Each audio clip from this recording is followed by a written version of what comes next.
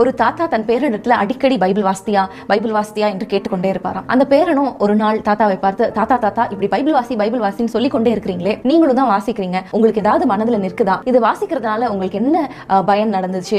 எதுவுமே இல்லையே, நீங்க அப்படியே தானே இருக்கீங்க அப்படின்னு சொல்லி கேட்டானா. உடனே இந்த தாத்தா ஒரு உடைந்த அழுக்கான ஒரு வாட்டர் பாட்டில் எடுத்து, இதுல நீ தண்ணி நிரப்பணும் அப்படின்னு சொல்லி கையில கொடுத்தாராம். பேரனும் அந்த பாட்டில நிரப்பி கொண்டிருக்கும் பொழுது அந்த பேரன் சொன்னா, தாத்தா நீங்க என்கிட்ட கொடுத்தது ஒரு ஓட்ட பாட்டில், இதுல எப்படி இந்த தண்ணி நிரம்பும் அப்படின்னு சொல்லும் பொழுது தாத்தா வந்து பேரனை பார்த்து சொன்னாராம், தம்பி நான் உன் கையில கொடுத்தது ஓட்ட பாட்டில் தான், ஒரு அழுக்கான ஒரு பாட்டில நான் உன் கையில கொடுத்தேன், ஆனா இப்ப பாரு எவ்வளவு கிளீனா இருக்கு பாத்தியா?